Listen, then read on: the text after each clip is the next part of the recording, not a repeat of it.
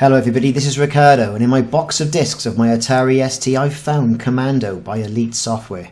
Now you all remember this guy. He's got a fag on, he's got a box of explosives, he's a grizzly army type, and he's also got a machine gun. So, Commando was a top-down scrolling shoot-em-up game, a bit like Atari Warriors, but I think the better of the two. And as we can see from the video, and this is a video directly from the Atari ST, it's not an emulator and it's not an image, it's actually brought in and imported in from the disc that I've piped into a video capture card, that I think the graphics are much better than the original Atari Warriors. That was in another video. So the player takes control of a soldier called Super Joe, who starts off being dropped into the action by a helicopter, as we've just seen, and he has to single-handedly fend off a massive assault of enemy soldiers. Super Joe is armed with a machine gun, which has unlimited ammunition, which is good for him. However, he only has a supply of grenades. I think he starts off with 6. Yeah, 6 or 8. Anyway, you can pick up more of those along the way.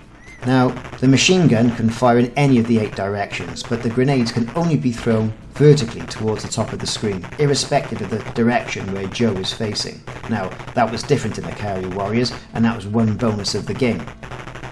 Unlike his submachine gun,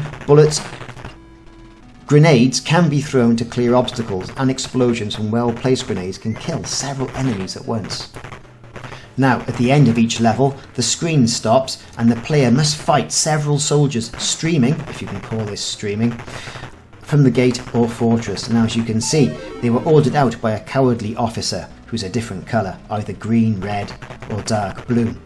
They immediately run away, though shooting him in the back will get you extra bonus points along the way. Now, as you progress through the game, you can see several prisoners of war being escorted by other enemy soldiers. Their hands will be handcuffed and they'll be moving up the screen.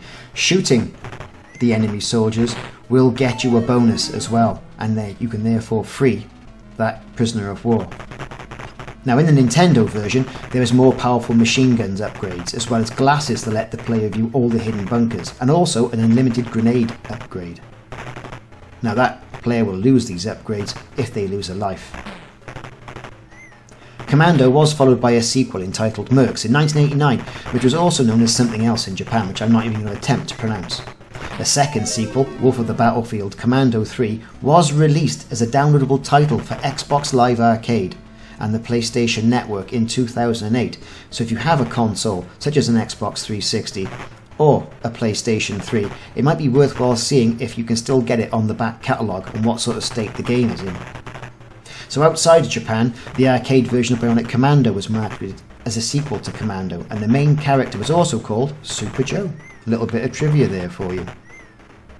Now, as I mentioned, Elite made this game on the Atari ST, the Spectrum, the Atari XL, but that wasn't released, and the Amiga. And I think it is a true port of what the arcade game looked like. So now I'm going to be quiet.